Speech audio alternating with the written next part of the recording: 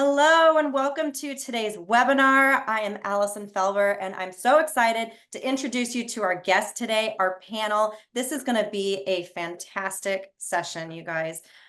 We have such a great group of MSPs and experts lined up to talk to you today about some surprising findings that we found from this emerging tool that you can add to your stack. You are joining us today for that panel.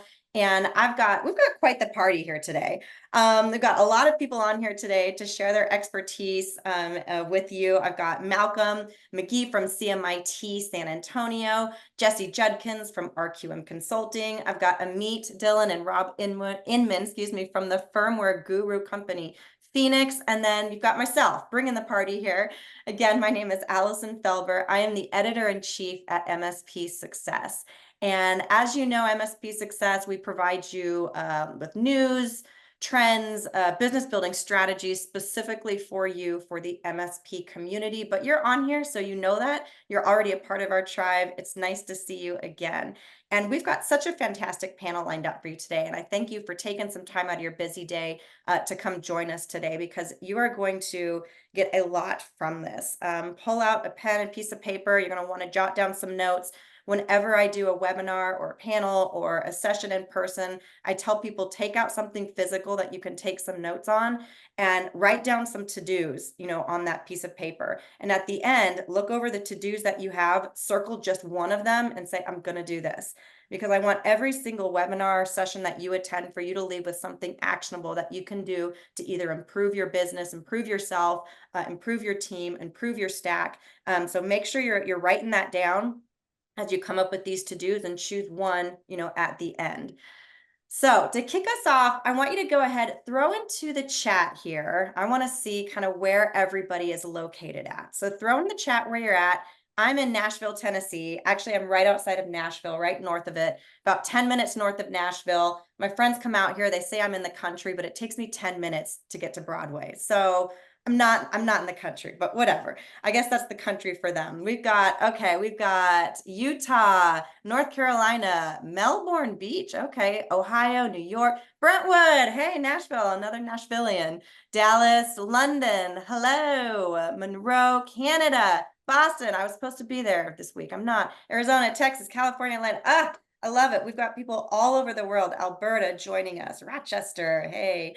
Okay. So glad to see you guys here. Welcome wherever you're at. And today we're going to be talking about a new technology that is going to save you hours in your text time, or it's going to erase a security gap that your clients probably have.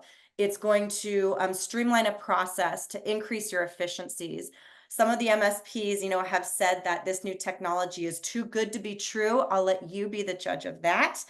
We're going to talk today about how to remotely, and I want you to kind of key into that word, remotely access, configure, manage, monitor, and protect the BIOS firmware level for your clients, so that you can stop sending texts on site to fix those complicated firmware issues and start bringing the firmware to you remotely.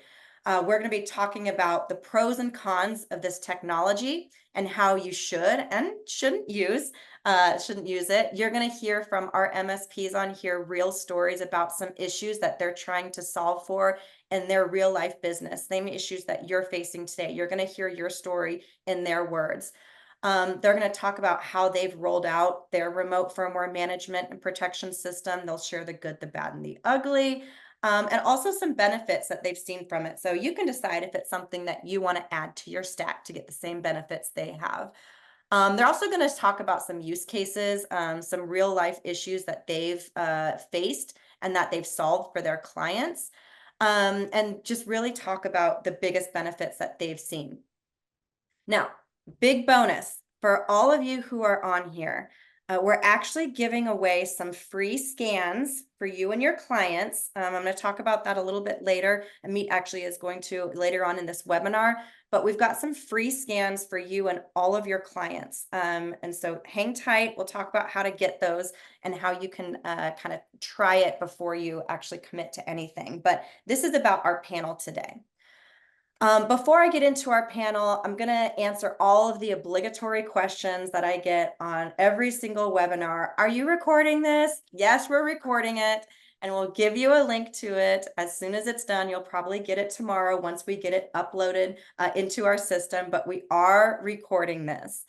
Also, this is a webinar, so we want to get questions from you at the end. So if you have questions throughout, throw them into that questions area. Please don't put them into the comments. It'll get lost in all the different comments that are in there.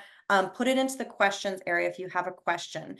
If we don't answer it right away, we're not ignoring you. We're just saving it until the end. So questions into the question area, comments into the comments section. Hope y'all got that. And I'll say it again because I'm going to get the question. Yes, we are recording. So with that, I want to introduce our panelists. We've got a great group of MSPs and industry experts on with you today, Malcolm, Jesse, and Amit. I'm going to go ahead and start with you, Jesse. If you could kind of tell the attendees on here today who you are, your role at the company, a little bit about the company, if you guys have a specific industry or niche, and like the approximate size, whether you want to do that in endpoints, revenue, number of employees, just to give everybody a sense of your situation. All right, thank you. My name's Jesse. I'm the IT operations specialist at RQM Consulting. We are kind of breaking out of break fix into managed services. We are what I guess you'd call a small MSP in Oklahoma, Oklahoma City. What else did you ask? We Your have role at the company. a couple hundred endpoints that are halfway managed, and we're trying to get them onto a steady package that's uniform. That's one of our main goals. But we're growing quickly. Just recently hired another tech in the past couple of months. And I guess that means we increased our whole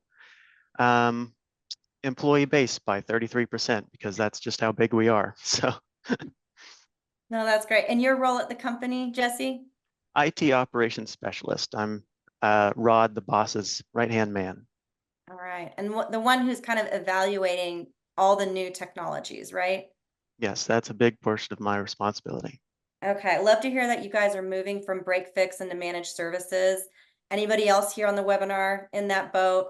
Throw it in the chat. You know, I know a lot of people, especially, you know, at that size are kind of making that transition. Like, I want to stop doing this break fix. Like, I want that reoccurring revenue. I want to start, you know, being able to predict my revenues. So we got one there, Bill. All right. There's your fan. All right. Me Thanks, versus the world, Bill. Jesse. Yeah. Oh, Colin too. We got, I would say, I know we've got more out there. I hear that all the time, you know, all of y'all trying to convert to MRR. So Malcolm, I'm going to bounce over to you. If you could talk a little bit about, you know, your company, again, if you've got an industry or vertical, where you're at, approximate size, go for it. Absolutely. Malcolm McGee with CMIT Solutions in San Antonio, Texas. I have one of the franchises that CMIT has, if you aren't familiar. We are a 600K business growing towards $1 million. And we've been general to this point this year. We're trying to identify a target niche that we'll settle on, but we've got some construction, we've got some healthcare, we've got some quasi healthcare, we've got some security, and just looking to develop a niche within that group. So hopefully that answers any questions. Yeah. How long have you been in business, Malcolm? I am in my 20th year, and to this point, I've managed it as a concierge IT or boutique IT, however you want to look at it, type of business. My lifestyle and the impact that I want to have is changing, so hence the move to grow more so into cloud services and cybersecurity as more of my clients and potential clients are coming to me needing better cloud solutions. And while they don't say they have a need, we recognize that they do have a need for improved cybersecurity. Well, happy 20-year anniversary. Thank you. All right, last but not least, I've got to meet if you want to kind of talk about yourself and why we have you on here as our expert. Yeah, well, hopefully we're going to spend a lot of time talking about the product that I help manage. So Amit Dillon, I'm out here in California. I'm with Phoenix Technologies. obviously hosting the webinar here today in terms of our content. Very much looking forward to talking about FirmGuard, which you'll hear us talk quite a bit about. We'll do a demo towards the end, and it does a variety of things. Both Jesse and Malcolm are very familiar with the product. They're both customers, but it does things like BIOS firmware security. You'd kind of mentioned that before, compliance, as well as technician efficiency. Really, just making your technicians more efficient. At this point, I don't know how many MSPs I've talked to, probably not as many as you, Allison, but every time I talk to somebody, they're always like, oh, I wish there were more hours in the day. How can I make my technicians or even myself more efficient? And so we'll talk about that as well, how FirmGuard can help. And, I'm the marketing guy, but Jesse and Malcolm, they'll talk to you about it in practice. Right. I think we had someone else from California, a couple of West Coasters. So you've got your tribe here too. Absolutely. Okay. Well, our first question, I'm going to actually ask you, since I already have you talking, let's Sure. just kind of start, 101 level, back to the basics, for those people who are on here who maybe, aren't familiar with it. What we're talking about BIOS firmware today, the firmware. Right. What is BIOS firmware? Sure. So I think the simplest way to think about it, Allison, is when you hit the on button on, pick your favorite endpoint, be it a server, the laptop you're using right now, the very first piece of software that comes up, even before the operating system, is the BIOS firmware. So a lot of people are not aware of that because, back in the old days, you would actually see a screen that came up and talked about the BIOS firmware. That doesn't really happen anymore. But the key thing is it's the very first piece of software that comes up. It actually looks at the hardware, makes sure everything is okay, and then it actually launches the operating system. So without the BIOS firmware operating properly, the OS wouldn't launch. And there's one thing that I want to mention. So the standard, the modern standard for BIOS firmware is called UEFI or UEFI. We don't need to get into what that is, but the reason I mention it is that's the modern standard, and everybody's endpoint, all the MSPs on here, your clients, should be running UEFI firmware. But you'd be surprised at the number of endpoints out there that are operating in legacy mode, meaning think of it as not up to the latest standard. And just to give you an idea, we've done a couple of these webinars before. We had the secure check audit, which you mentioned before. You can go to firmguard.com/TMT and you can look at that. I'll talk about that offer a little later. But the reason I mention that is because from the previous audits that we've done with live MSPs, we saw that nearly 9% of endpoints that we audited did not have the latest UEFI standard firmware. And so what that essentially means is those 9%, can be a significant number of endpoints, they're extremely vulnerable. They're not using the latest standard, which is much more secure, and so there are really steps that you must take as an MSP if you've got those in legacy mode. And one of the things we'll show my colleague Rob Inman on the demo a little later is right on the dashboard of FirmGuard. We'll tell you right away, hey, look, these are the endpoints that are in legacy mode, and we'll even help you, mitigate that. Okay, perfect. All right. So as soon as you start your computer, server, whatever it is, thing that boots everything up, critical. Gotta have it. Yep, gotta have it. Mm-hmm. Okay, so I want to kind of pivot to our MSPs now, Jesse and Malcolm. When it comes to, the BIOS firmware level, what are some of the biggest challenges that you've come across in terms of managing, monitoring, and protecting, that firmware level? I guess, Malcolm, we'll start with you. Well, I've long since tried to put my tech days away, but they still creep up on me here and there. And the lack of knowledge and comfort that I had with BIOS still sticks with me. And anytime you start monkeying with the customer's machine and you mess it up and you got to go into the BIOS and try to figure out how to undo something, it's a nightmare. And so when I mentioned it to my techs, I said, hey, thinking selfishly, I'd like to have this because if I got to touch this stuff, I want to have something at the ready that I can use to do it in the most efficient way possible. What do you guys think? And they said, that will save us a ton of time. So having to stick hands on someone's computer anymore for any sort of BIOS setting, that is out the door. I can have the techs can log into it, do whatever they need to do remotely. We had a situation where a customer wanted us to secure wipe their machine, and we didn't have a tool in the stack to do so. While we could have been deploying those things, we hadn't. And this just seemed to check a lot of boxes for us in setting a good security foundation for us. Okay, I think when you and I were talking, I think it was when all of us were kind of chatting about, just what do we want to talk about on this panel. I don't know if it was you or Jesse, but someone brought up, there's this BIOS intimidation. Oh, definitely. This almost like Pavlovian response to when you hear like, oh, BIOS firmware, you're like, oh, I don't want to hear it. I don't want to hear it. Yes. And that was and me. we all, Yeah, we all laugh and shake our heads, but I'm sure everybody on the webinar is kind of shaking their head too, like, I don't want it. I don't want to touch it. I don't want to. I'm going to use that term, Malcolm, bias intimidation. I liked it when you said that last. It sort of sums things up really well. Yeah. Can you relate to that, Jesse? What are kind of what's your response to kind of the challenges to managing, monitoring, and protecting the firmware level?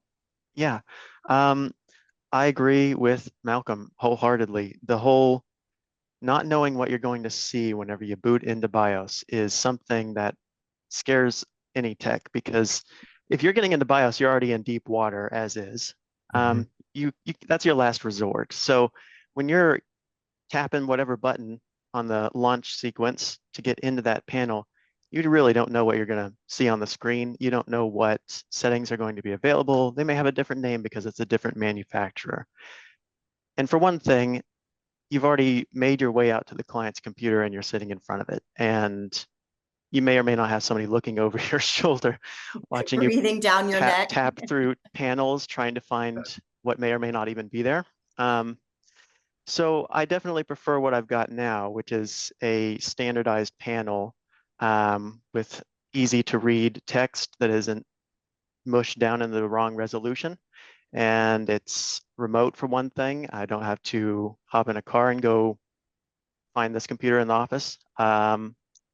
And it's something I can reliably get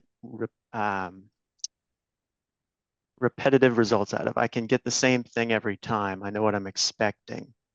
And I can find what I need to find without restarting the computer, and I won't need to interrupt work to just discover what's available. Yeah.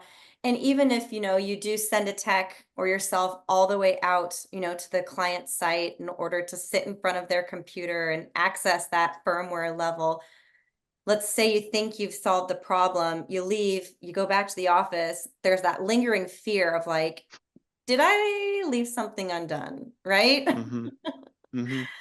Kind of like sits on your shoulder, like haunts you in your dreams or nightmares, and you just kind of cross your fingers, hoping that you don't have to go back out there again, right? Before you had, this solution, that we're going to be talking about today. I mean, do you want to kind of talk about, some of the security risks that kind of exist at the firmware level? Sure. Yeah, so my guess is most people on this call are not familiar with the sort of common vulnerabilities that exist for BIOS firmware. So one thing I'll mention is you can go to FirmGuard.com, security vulnerabilities, and we've got a thing that we'll show you the different ones, and they have names like Pixie fail, logo fail, moon bounce. I'm not sure exactly who comes up with these names, but they sound funny, but they're definitely not a laughing matter. And there's one in particular that I'll talk about, and I think this will give you a sense of why this is so important. So there's a one that Microsoft talks about quite a bit. It's called Black Lotus. It's just the name of the vulnerability. Think of it, like a virus. And what it does is, so there's this thing, and I don't want to get too technical. There's this thing called secure boot that's in the modern UEFI standard, and essentially what that does is that guarantees that when the firmware launches the operating system, that it's going to launch an authenticated version of Windows, for example. so that you don't have the situation where a rogue operating system could be launched. Because, as you can imagine, that's almost your worst nightmare, right? If a hacker gets in and launches a rogue operating system, well, they've got the keys to everything. They can do anything they want. And so the idea of secure boot is we won't let that happen. But of course, if you're a hacker and you want to launch a rogue operating system, what do? You try and disable secure boot. So Black Lotus, this, think of it like a virus, but at the BIOS firmware level, that's exactly what it does, is it goes there and it disables secure boot. And so essentially what happens at that point is once you've got that disabled, then the hacker can go in, launch a rogue operating system, and off you go. So that's without getting into the details of the vulnerabilities, that's a method that is very commonly used. And so, we know that here at Phoenix Technologies, since we've been in the firmware business, for a long time. And so one of the things that we've baked into FirmGuard, which my colleague Rob will show you later in the demo, is as soon as we detect that a particular endpoint doesn't have secure boot enabled, it's going to show up right on the dashboard. So you're going to know, hey, I've got this many endpoints that don't have secure boot enabled. You can click on it, and then you can sort of remediate that situation. And we provide a thing called secure config, which allows you to enable secure boot. So that's just one very common mechanism. There, I could talk for days on this. I don't want to hog the whole time doing that, but that's a very common mechanism that's used. Talk for days and scare the crap out of us, right? Yeah, so we've right. got major security risks when it comes to the BIOS firmware level. We've got the pain of having to actually physically send a tech on site whenever you have to access it, and knowing that this is dangerous territory here. We've gotten down to the firmware level, and then this BIOS intimidation. I mean, anybody on this webinar, just type a Y or an N, a yes or a no into the chat. Like, does that BIOS intimidation, does that resonate with you? Like I said, I'm sure when we talked about that, everyone was just kind of like, yes, I understand that. Unless you are like the, BIOS firmware expert, I get that. But, it's something that I think most everybody can really relate to. So we've got those kind of three things. We got some Y's and no's, why's. Okay, yep. We're in IT, we fear everything. Anxious people, aren't you? Okay, so we've talked about, kind of some of the challenges, security, having to, send a tech on site, this BIOS intimidation. Amit, you've kind of alluded to, the FirmGuard solution that Phoenix has. Obviously, Jesse and Malcolm, you guys are users of that. Can you talk about how did FirmGuard solve that for you? Why did you choose FirmGuard? Jesse, we'll start with you this time since we went with Malcolm first last time. Sure. Well, when Rod came to me after a conference where he had met somebody at a FirmGuard booth and he explained the product, I was skeptical, to be honest. I had no idea how that would work and whether it was true. It seemed too good to be true. So I was obviously interested. So we set up a demo, we got the trial, and during the trial, I was impressed. I honestly didn't expect it to do exactly what it said it was going to do, which allowed me to remotely configure BIOS without hiccups. And it installed easily. It didn't intrude on much. And from there, we really didn't question whether we should or shouldn't. It was kind of a no-brainer. It was a given that there's no other tool like this. We got to have this. And we've just been using it since. Yeah. Can you talk about, I'm going to bounce over to you in a second, Malcolm, but Jesse, can you talk about maybe a couple examples for like when it's come in and either saved the day or just kind of been really helpful for you guys? Some examples of how you've used it? Well, I think we might talk about this later, but the secure wipe feature is something unique to this product. A wiping feature that's at the lowest level it could possibly be while also being a remote solution.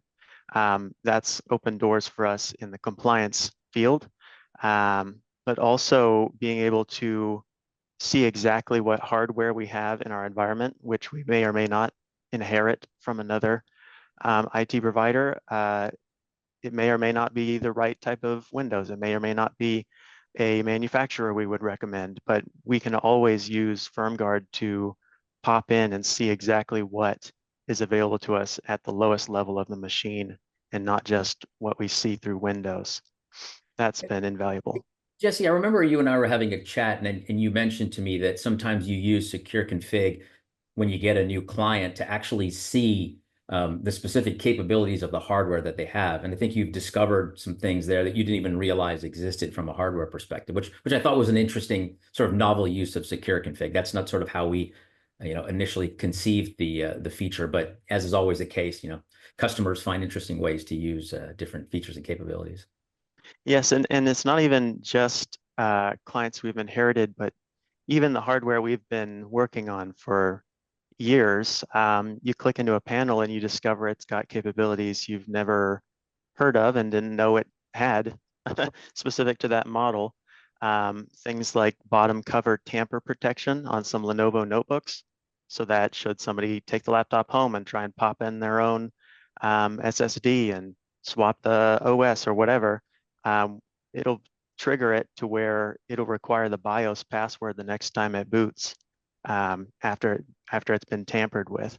And that kind of thing is never would have found that had I not installed firmware on there, FirmGuard on there, unless I went and looked up the exact model number on Lenovo's website and looked through a spec sheet. And it was available to me at the click of a button from my desk, and I didn't have to kick the user off their computer and say, I want to learn what's on your computer. Go play for a minute. I gotta spin this thing into a totally different system to see what's on here. Didn't go that way. Yeah. Find out the DNA of the kids you inherited, right? Yeah, really. All right, Malcolm, I'm going to ask you the same question. How has Phoenix FirmGuard solution, solved for some of the issues that we talked about, a couple minutes ago? Well, I was in the middle of looking at our cybersecurity stack to begin with, and it identified a gap that I didn't even realize that I had. And I had a tech that had done some, shall we say,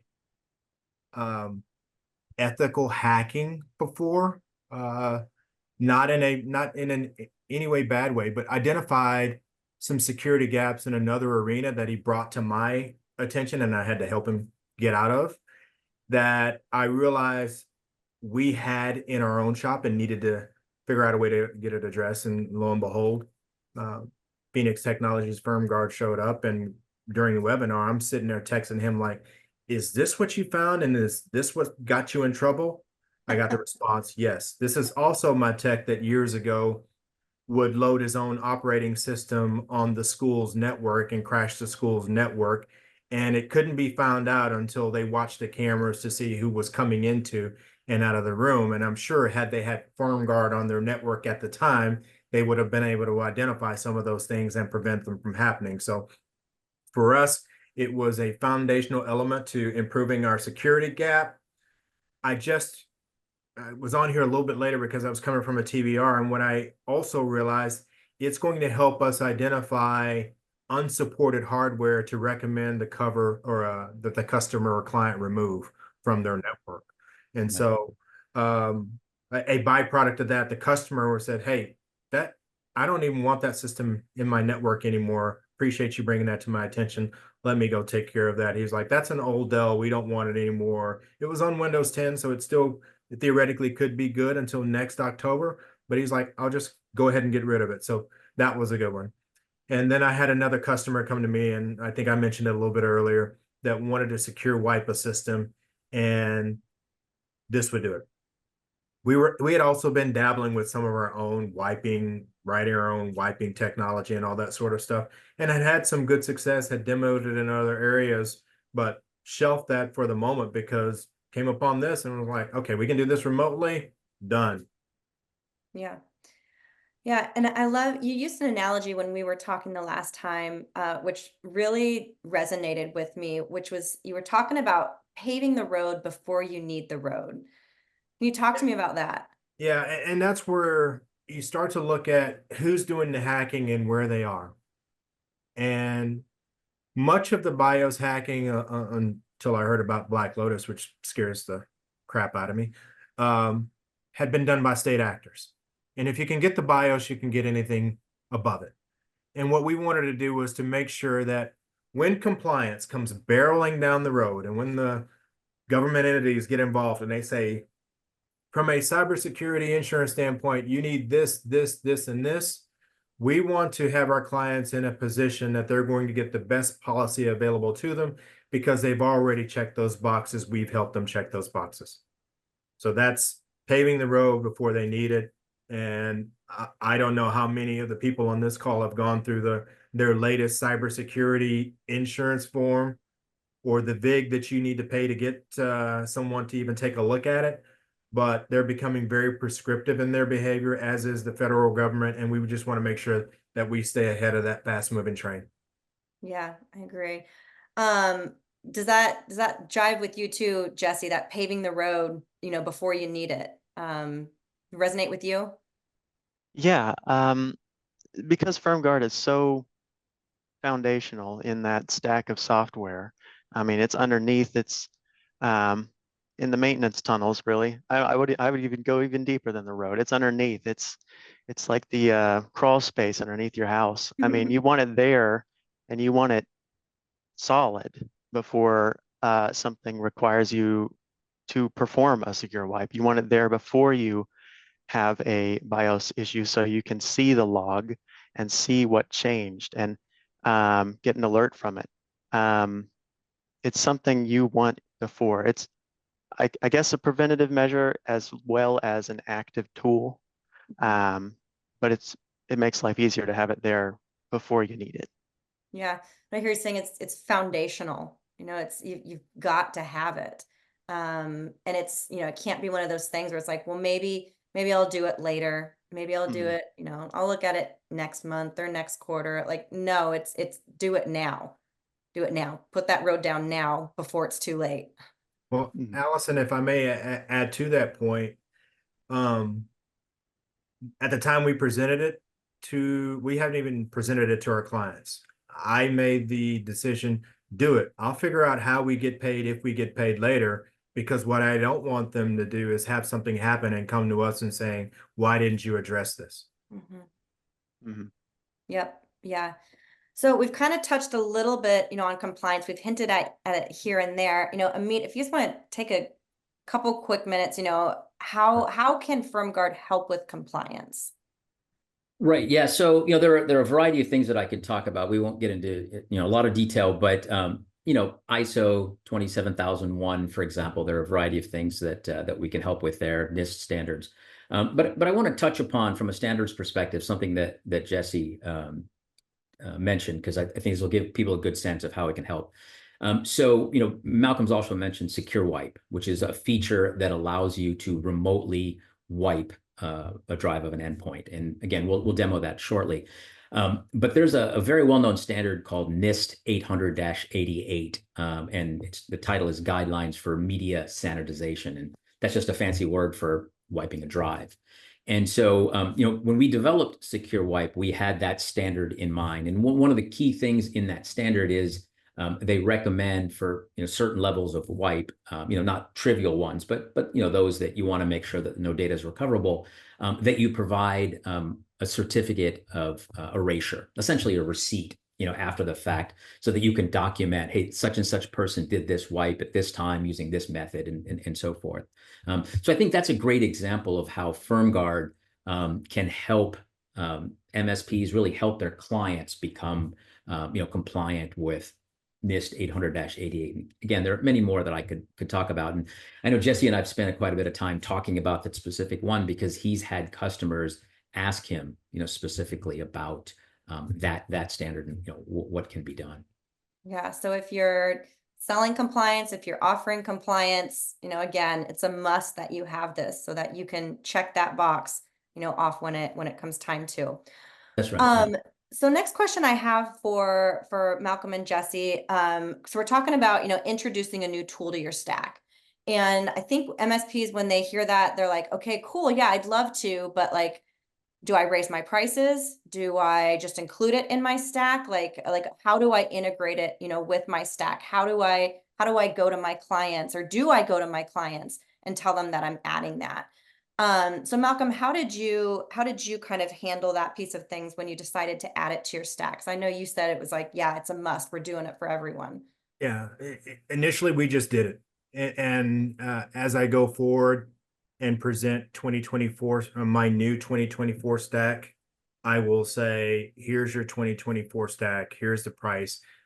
I think we've done a very good job of getting them to understand the value already, so that trust is there. Again, I've run it sort of as a concierge IT, so inherently mine is relationship and trust rather than volume in a lot of instances. Going into 2025, instead of it being just an add-on item, it will be a part of that foundational cybersecurity tech stack. Okay, so you built the road, you're kind of shouldering it for now, but you're charging for it come next year. Actually, we're about to roll out our new MSA, so come August 1st, we're charging for it. And I've already got the blessing of one of the customers. I'm a little late to the call because of that, but that blessing was key, because basically what we're going to upcharge them, pays for it, and now we start to make a little bit of margin on it. Love it. Love it. So you're doing Jesse, that wholesale. Sorry, Malcolm, you're doing that wholesale across your entire client base, the upcharge? Mhm. Yep. Okay. That's interesting. Yeah, because from our experience, we've seen certainly people do that, but also some do it as new contracts come up. But that's interesting to hear.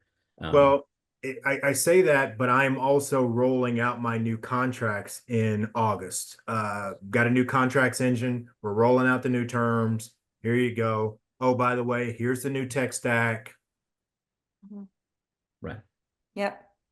Pave the road to all your clients and then make money. Mhm. What about you, Jesse? How did you guys kind of roll this out? How are you bundling it or not bundling it?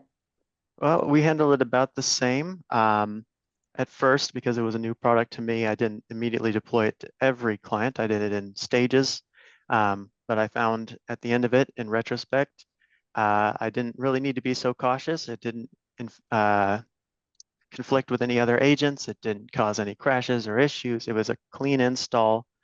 And I did it all through my RMM. I made a script within a couple minutes and it was out.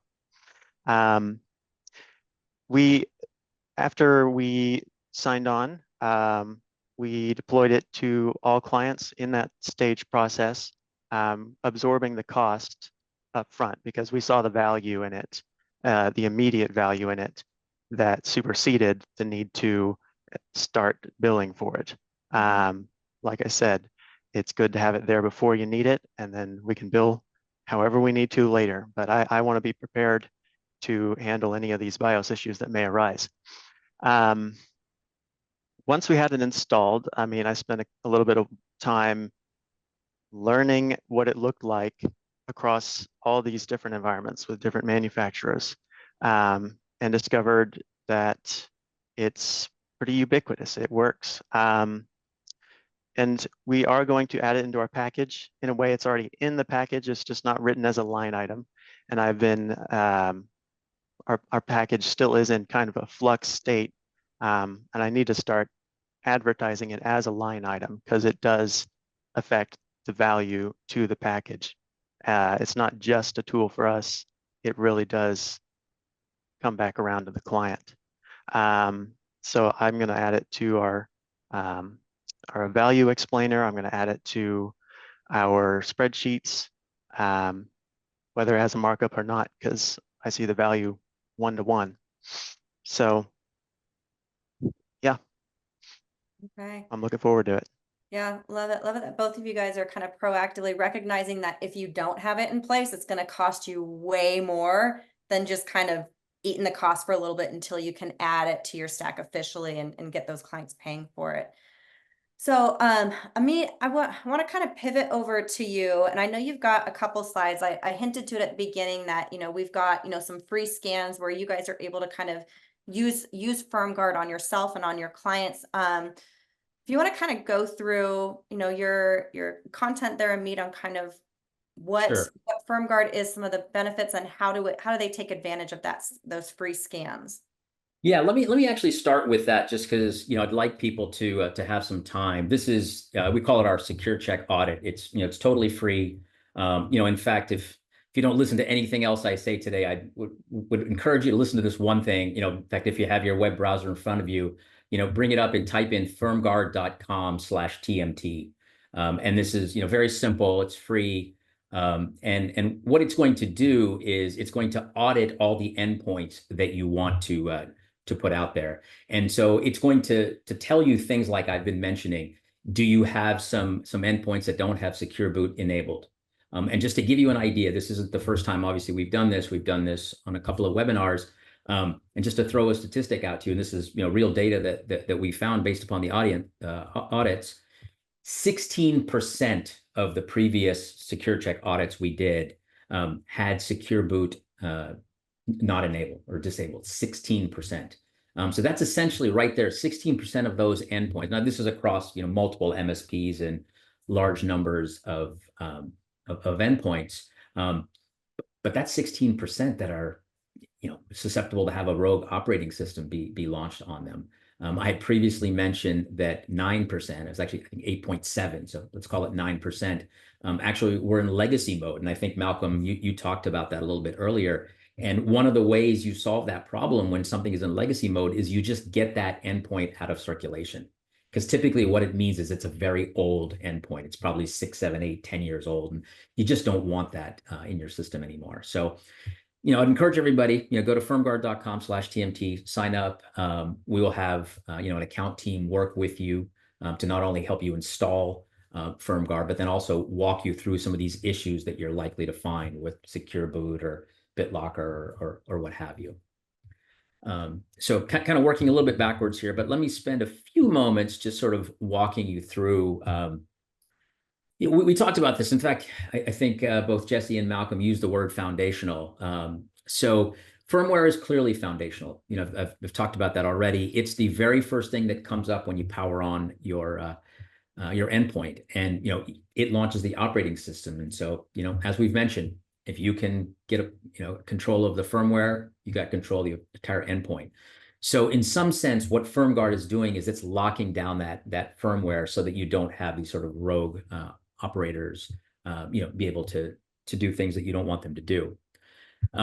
This is probably a little anticlimactic at this point. I think you know the answer here, but where do you get a solution for BIOS firmware security, compliance, and technician efficiency? I think Malcolm and Jesse have already talked enough about it. It's clearly FirmGuard. And so, we've talked about a lot of these features here, but I want to do a moment to just sort of level set so everybody knows what we're talking about. And this is going to become more clear in just a moment when I hand it over to Rob Inman to do the demo. But there are, 5, as we speak, 5 discrete features of the product. And the naming convention, you can probably figure out, but it's all secure something. So secure check, secure config, secure wipe, secure sense, secure beat. Secure check, here on the left side, that's sort of the base capability, if you will. It's what really does the bulk of the BIOS firmware security work. So, I talked about detecting secure boot not being enabled. It's secure check that figures that out, and it's constantly monitoring your BIOS. So if there are new types of vulnerabilities that come up, it's constantly aware of them. You can sort of think of it as antivirus at the firmware level. But the product, as Jesse and Malcolm have alluded to, goes well beyond that. So there's a sort of, let's call it technician efficiency aspect to it. And, kind of dovetails with what Jesse and Malcolm were saying. We have a lot of customers that will come on and will start paying for the product, before they upcharge their customers. And they tell us one of the main reasons why they're willing to do that is because you've got features like secure config and secure wipe and others that make your technicians more efficient, right? Great example of that is what Jesse talked about. So rather than having to send a technician or having to go to the client site to change, a BIOS setting, for example, enabling TPM maybe because you're moving machines from Windows 10 to Windows 11, rather than send somebody on site to do that, or even worse, have to talk a non-tech person on the phone through doing that, which is painful. I see you nodding there, Malcolm. I think you've probably dealt with that issue. Certainly a lot of our customers have. that right there is worth the price just to start with, just because you save yourself so much time. Then there's secure wipe, right? I can't emphasize that enough. We've talked about it, but it's obviously a security related feature, but it's also great from an efficiency perspective because you don't have to actually physically have the endpoint in your possession in order to wipe it. And that has a lot of benefits, not only from an efficiency perspective, but it's also good for your client because you don't want them mailing this endpoint around where it could be intercepted or what have you. So you can be sitting in your seat, in your office, remotely wipe the drive, get a certificate of erasure, and that's it. You've never left your office. And so that sort of goes right into I want to talk about a couple of concrete sort of buckets, if you will, of benefits for the product. We've talked about security and compliance quite a bit, so I won't really go into that. But you're closing that bias firmware security gap. I mean, that's probably the simplest way to put it. And really, it's just the right thing to do for your clients, right? I know every MSP out there, wants to do right by their client, and this is just a way to do that. We've talked about compliance, and I think Malcolm mentioned, could help you reduce your cyber insurance bill, your client's cyber insurance bill. And then there's, of course, the technician efficiency aspect, which we've been talking about. And, I've listed sort of the three main features that do that: secure config, secure wipe, and secure sense. I won't go over that again. But again, I would encourage you to sign up for the free audit, because you're going to see these things in action for yourself. And you're going to get benefit right away, because you're going to see issues that you didn't know about that your clients are dealing with right now. And then, of course, if you're doing all these things, obviously you're going to increase your MRR, right? That's a given. As we've talked about, you may use it initially for technician efficiency, but then eventually you're going to roll that in, just like you do EDR or the various other security tools you have. This is really no different. So, you can think of it conceptually, it's like EDR for your BIOS firmware. I mean, that's really, really what it is. We don't talk about it that way, but it very much is. And so if you look at that stack that I had earlier, you've got the operating system and the application, you're covering those, but you have missed a full 1/3 of your stack, which is the BIOS firmware. And you obviously don't want to be in a situation where 1/3 of your client's tech stack is exposed. That's not where you want to be. And then you can differentiate yourself. Now, hopefully that doesn't last very long, because everybody starts using FirmGuard, in which case, okay, it's nothing special. But you've got time to jump in right away and begin to differentiate yourself, as Jesse and Malcolm have done. This is just another way of showing you, security, compliance, efficiency, and just sort of giving you a sense of the various features. I should mention on the Secure Check audit that I talked about, you get every feature. So every one of these features that I'm showing you, get them all. This is not like hey, we're giving you a little limited subset of the product. It's the entire thing, everything. You can go wipe drives, you can go reconfigure things. Obviously, you'll get a sense of issues with your products. It's everything, for a full 15 days. And as I say, it's a limited time offer. So I'd encourage you, if you haven't already, go to firmguard.com/TMT, register for it. I guarantee you won't be disappointed. This is, Allison knows very well, this isn't the first time that we've offered this. And, I'm giving you real data that we've gotten from, the data that I'm giving you. The 16% of audited endpoints had Secure Boot disabled, 9% were in legacy mode. And the stat I haven't given you is 30% of endpoints that we had in our previous audits, only 30%, I should say, had BitLocker enabled. So that means 70% didn't have BitLocker enabled, which is, frankly, was a bit surprising for me to see that. Now, maybe it was just that subset that we audited, but this was across many, many thousands of endpoints. So that's real kind of a scary statistic there. Yeah, to be honest with you, I was chatting with some of the engineering folks internally here at Phoenix on the FirmGuard team, and the 16%, not having Secure Boot enabled, okay, I could kind of buy that. The 9% legacy, the 30%, BitLocker, only 30% having BitLocker enabled was a bit surprising. And I know, Jesse, you had you and Rod, I think, were a little surprised when you first saw it. I don't know if it was quite that out of balance, but But again, this is another thing that you're going to get right on the dashboard. We're going to tell you, is BitLocker enabled or not on every one of your endpoints. And again, Rob in just a moment is going to show you that. Yeah. We've got a couple questions coming in. I see them. We're going to get to them at the end here, after the demo that we have here in a couple minutes, that will kind of show you the back end. I know everybody likes to see, the back end there. But I would say, even if you're at all interested, if you're at all curious, sign up, for the Secure Check audit. You're going to get access to everything that Jesse and Malcolm have been talking about, not just for you, but for any of your clients as well. You want to test it out on some of your own machines, roll it out and see, what actually are we looking at in terms of what is at the firmware level for our clients. So it's free. It's a no-brainer, you guys. You have nothing to lose. I don't know why you wouldn't do it. So go ahead, go to that site and fill out the form, for to get your free scan. And you know what? I'm gonna actually too, if you're lazy and if you don't want to go, to that website, I'm gonna go ahead and launch a poll here. And it's gonna ask you, let's see, it's gonna ask you if you are interested in learning more about FirmGuard. So let me go ahead and launch this. And while I'm doing that, if you say, I like the product, or I want more information, they'll reach out and get you the scan. While that poll is going, we're going to do a demo here in just a minute. So hang tight to see the demo. But I have one more question for our panelists before we go into the demo. And that is, in your own words, why do you think an MSP should use FirmGuard? Any volunteers to go first? I'll go first. Go for it, Malcolm. Mitigate your inherent risk. And there's, I guess, big words there, but limit the amount of things that your customer or client can blame you for. Mm-hmm. Okay. Love it. Jesse, in your own words, why should an MSP use FirmGuard? Let me think. I guess fix problems you didn't know could be fixed with a tool that you did not know could be used. I like it. Fix problems you didn't know could be fixed with a tool you didn't know could be used. Did I get that right? I don't know if it makes literary sense, but that's how I feel. No, It's an emotional response. It makes perfect sense.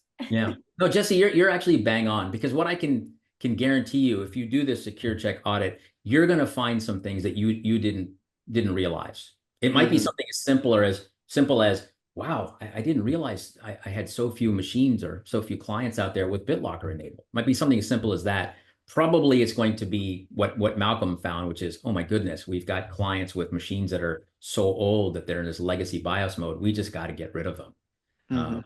And your customers may push back on you initially, but they'll thank you at the end of the day. I mean, to Malcolm's point, right? Because you're just telling them the right things. Yeah, and to expand on that, in the portal for FirmGuard, when things are incompatible, you get really a lot of information about why, and it's so user-friendly that I would feel comfortable putting FirmGuard in front of the customer and saying, there's a red flag next to this thing, there's a red flag next to this thing, this is what it means, this is why it's insecure.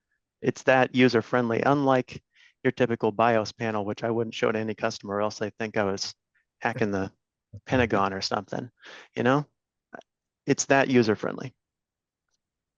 Okay, so speaking of user-friendly, I want to go ahead and bring on Rob to do a quick little demo. Let me end the poll here. And while you're coming on, Rob, while you and Jess, you're kind of swapping screens, I know there's a couple questions about, RMM tools. It does not replace your RMM tool, but Dwayne asked, Amit, does it integrate with, ConnectWise and other PSAs? And I think short answer is yes, right? Yeah, absolutely. Yeah. No, we've got some integrations. And obviously we'd be happy to chat with you about those in detail. In fact, Rob Inman, who I'll introduce, is about to do the demo, is the person that can talk to you about that. He's spent a lot of time working with RMM tools. So anyway, don't want to steal your thunder, but welcome, Rob, and yeah, take us away. Show us what the actual product can do. Thank you, Amit. Appreciate that. Hello, everyone. My name is Rob Inman. I'm the Senior Sales Engineer for Phoenix and specifically the FirmGuard product. I've actually spent a lot of time in the MSP world myself. So, I kind of know a little bit about what the expectations are and what are the things that you guys go through. So, I like to think that I know a little bit about not just this side of it, but also your side of what's going on. And this is a quick demo, so I definitely encourage you to sign up, like Allison mentioned, for the Secure Check audit. We'll be able to dive into a lot of things more deeply during that, but I just wanted to point out some of the features that we talked about up to now in this webinar. So I'll move through this, and I know that you'll probably have some questions, and we'll try to answer them here. But like I said, if you sign up for that Secure Check audit, we'll be able to dive a lot deeper with you. Probably with me. I already saw some people signed up tomorrow, so hoping to see you there because you'll be getting me. So let's start off here with our dashboard, right? So this is where you see kind of like what's going on with your endpoint. Now, probably the most important one is what you see up here in your top left, right? Your endpoint health. And I'm going to go over some of those features. So as we can see here, Secure Boot has been disabled on 2 devices. And as Amit was mentioning, Secure Boot is what happens before the system actually gets into the OS. And I'm sure a lot of you spend some good money on MDRs, XDRs, EDRs, and they spend a lot of money making sure that they are as good as possible. So once you're in the OS, you're probably well protected, and hackers know this, so they try to get in before the OS loads. Now, Secure Boot was actually created to prevent that, but if it's disabled, it's hard for you to figure out that it's been disabled. And that's where we can come in and show you, like what we see here in this dashboard, that we have 2 machines with Secure Boot disabled. So what do we do in that case? Of course, we click on that, we'll see those 2 machines. I'll click into this Lenovo. So the first thing you'll see here is that our Secure Check that ran is showing that Secure Boot appears to be disabled. Now, this is like the English-based warning for you. If you are, like Neo from the Matrix and can read machine language, well, we also show you all sorts of information about what has changed. You can get a full report and really dive in and see all this information. Quite frankly, for me, I just settle for this. Tells me that Secure Boot's disabled, enable Secure Boot. And how are we going to do that? Well, that is editing the BIOS. And of course, in the past, you'd actually have to have hands on the machine, reboot the machine, figure out what the F key is for that particular manufacturer, which, it seems like that they randomly choose one. But here we can go into our secure config settings. So right here, I can go into my Lenovo BIOS settings. And here's basically, and I'll scroll down so you can see pretty much everything that I have access to in the BIOS of this machine. So all of these settings are available to me right here from this panel. Now, I know that the Secure Boot setting is here under the security. I can come in here to Secure Boot. Sure enough, this is not checked. So I can go ahead and check this, go ahead and click Save. Now, this will reboot the machine. So depending on whether you really are like, hey, we need Secure Boot enabled, I'm going to reboot the machine, I don't care what the user's doing, we could do that immediately. Or you could schedule this and say, you know what, I'm going to schedule this after hours, 6 p.m., whatever the case is, so that I don't interrupt their workday. So, we can go ahead and do that. I'm not going to do that. I don't want to reboot the machine that's in my demo environment. But as you can see from here, you have a lot of settings. Wake on LAN, if you want to, enable that from here, again, without having to touch the machine. Changes in the power plan, boot sequence settings. If your boot manager got changed for whatever reason. All of this is available right from here. So the other thing that was mentioned is Secure Wipe.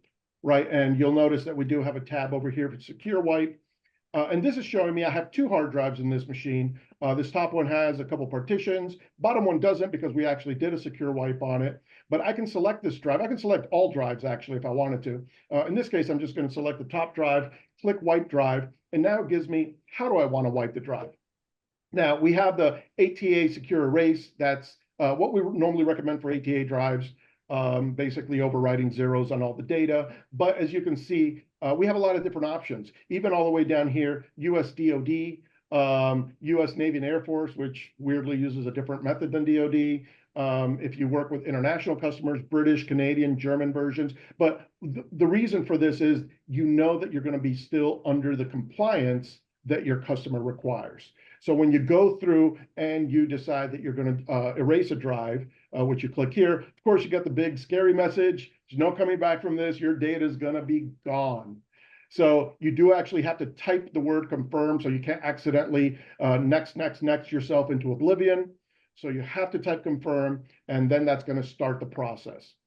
I am going to cancel this. Now, once that wipe is done, you'll notice we have a tab up here for certificates.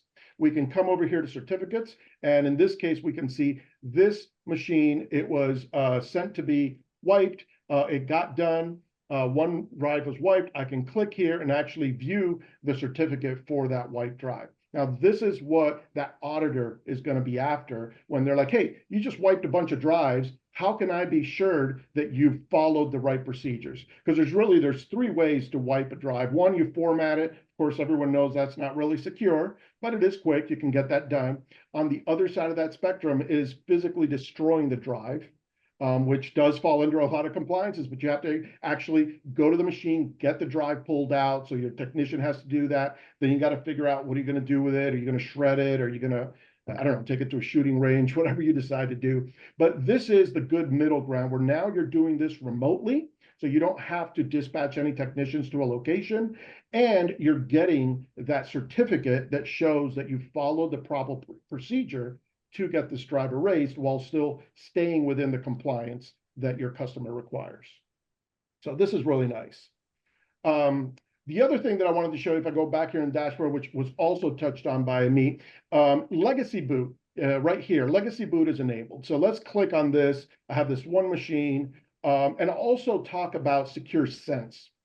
So you'll notice here that we have a lot of information that we're grabbing from the system. Again, we're doing this from the BIOS level. And I know that your RMM is probably also doing something similar. Usually they get it from Windows directly as opposed to the BIOS. But you know what? You can keep your RMM honest by using the information that you have here. Or it's just, extra information. Like, for example, I know here we got, the disk, the serial number, the memory manufacturers with those part numbers. So you can kind of get a little extra information that you might not get from the RMM. But what I want to focus on up here is the operating system that we see has this legacy tag. Now, you see that this is running Windows 10. So it's not like it's running Windows XP or some really ancient operating system, but it's running in legacy mode because most probably the hardware doesn't support the latest security features like TPM chips and so on. So this is a good way to come in here and take a look at this and say, this machine should be retired as soon as possible. Let's make sure we put something in the budget for next quarter to replace these machines that we found in legacy mode, so that now moving forward, you can make sure that your OS is secure with everything that you're running on it. So that is just kind of a quick overview of some of the features that we talked about during this call. Like I mentioned at the beginning, like Allison has mentioned, please sign up for that Secure Check audit, because we'll be able to dive in, take a little more time, and answer your questions as we go. So please go ahead and do that, and I'll be happy to help you with it. Yeah, thank you so much, Rob, for giving us a peek behind the curtain and seeing that. I've got a couple questions here. I know we're a couple minutes over, and so appreciate you guys staying on. But first question that I have here is from Dell. He's been waiting for a while. I told him we'd get to it, but his question was, how does this solution compare to vPro? Yeah, so I'll take that one. Basically, the way you have to think about FirmGuard is vPro is more tied to the chip itself, the Intel chip itself. So this is a product that works across a heterogeneous set of endpoints. So I think Jesse kind of alluded to what it does is, it doesn't matter whether you've got Dell, HP, Asus, Acer, different types of manufacturers or OEMs, it'll operate the same across all of them. With vPro, you'd have to have machines that specifically have that capability and have that turned on. It's also very problematic to use because it's more at the hardware level. So I think the simplest answer is FirmGuard works across all of your endpoints, servers, and laptops, desktops, and it sort of makes it all look the same. You don't have to deal with different vendor tools. I mean, I often get the question, for example, for my Dell systems, I can use iDRAX or something like that. That will work, but that'll only work for your Dell servers. What about if you've got a client? Because the MSPs can tell you don't control what endpoints your clients have. So if they don't all have Dell, they have, some combination of various, maybe even some white boxes they made themselves. Good luck using those OEM tools. You're going to need something like FirmGuard to work across your entire set. Yeah, and I think you kind of alluded to this, but Jeremy's, he had a question here. Does it work with non-Phoenix BIOS? Yeah, let me be very clear. If you know Phoenix, we've been around since 1979, and we know firmware for sure. But no, this is in no way tied to Phoenix BIOS. I want to say that 3 times. It works across any BIOS. Doesn't matter who the manufacturer of it is. Can be anybody. Agnostic. I love it. Absolutely, 100% agnostic. Yes. All right, I've got a question here from, I apologize if I'm butchering your name, Faraz. This option, so the FirmGuard is only available when the machine is online, correct? Yeah, that's right. So I'll read a little bit into the question. I wonder if maybe, because we get this question a lot, things like secure wipe, for example. One of the use cases, we haven't really talked about it, but one of the use cases for secure wipe is if you have an endpoint that was stolen. You can actually initiate a wipe and wipe that drive. Now, obviously, if the person has stolen and it's offline, it won't wipe when it's offline. But the moment that they come back online, even for a short period of time, we'll immediately send the wipe command and it'll start to wipe, even if then they take it offline. That may be what the person is getting at. Yeah, she put in the chat, that's exactly the use case she was talking about. Yeah. Yeah. So you trigger it, and as soon as it's online, it's wiped. That's right. It doesn't have to be online for the entire wipe. It just needs to be online long enough for the command to be accepted by the FirmGuard agent. And then once it's accepted by the agent, then even if it goes offline, it's still going to start to do the wipe algorithm. Okay, last question here, because I want to be respectful of everybody's time, but Sina, I see your question. Let's end on something a little timely. Will there be updates to the program? Should we be scared of something happening similar to the CrowdStrike incident? I don't know if Jesse and Malcolm, you guys want to take that. I will tell you one thing. Believe it or not, we had several customers contact us over the weekend. I guess it was last weekend, and they specifically, and these are folks that we hadn't reached out to. They specifically reached out to us because they heard about CrowdStrike, and they were pretty astute in terms of bias. I think they went to Google and searched and signed up. Actually, I think it was on Tuesday of this week. Yeah. So any insight to that, Malcolm or Jesse? Quickly. Oh, wait, go ahead. Yeah, go for it, John. Yeah. I'm sorry. Yeah. So basically, nothing like CrowdStrike can happen with our updates. And yes, we do update the software regularly. We're going to be adding more features to it as they come online. However, the reason why the CrowdStrike issue happened in the first place is because those .sys files that CrowdStrike was using, they were set as a boot. I think it's a boot application is what it's called officially, where they have to boot with Windows. And because there was something wrong with the application, it was forced to boot at the Windows level. That's what caused all the blue screens after the fact, because the computer thought something's wrong, I'm going to blue screen before something worse happens. We're not at that level. So something like what happened with CrowdStrike can't happen with our updates. Perfect. No fear there. And Rob, I'm sorry, I called you John. I know a John Inman, that's why. So Rob. All right, you guys, thank you so much for being on this webinar. Amit, Jesse, Malcolm, Rob, I appreciate you guys. Thank you to everybody for attending this. I know you took time out of your busy day because it's important to you that you are protecting your clients. It's important to you that you're providing the best possible solutions, to your clients. So let's pave the road before you need it. In the words of our astute MSP panelists, go ahead. If you signed up for that FirmGuard audit, they'll be reaching out to get that scheduled. If you said yes in the poll, I'm happy to see a lot of people already saying that they're scheduled. Again, it's a no-brainer. You guys, there's no reason. You're not losing out on anything. It is free. Let's pave that road before you need it. Appreciate you guys for being on, and we'll see you next time. Thank you.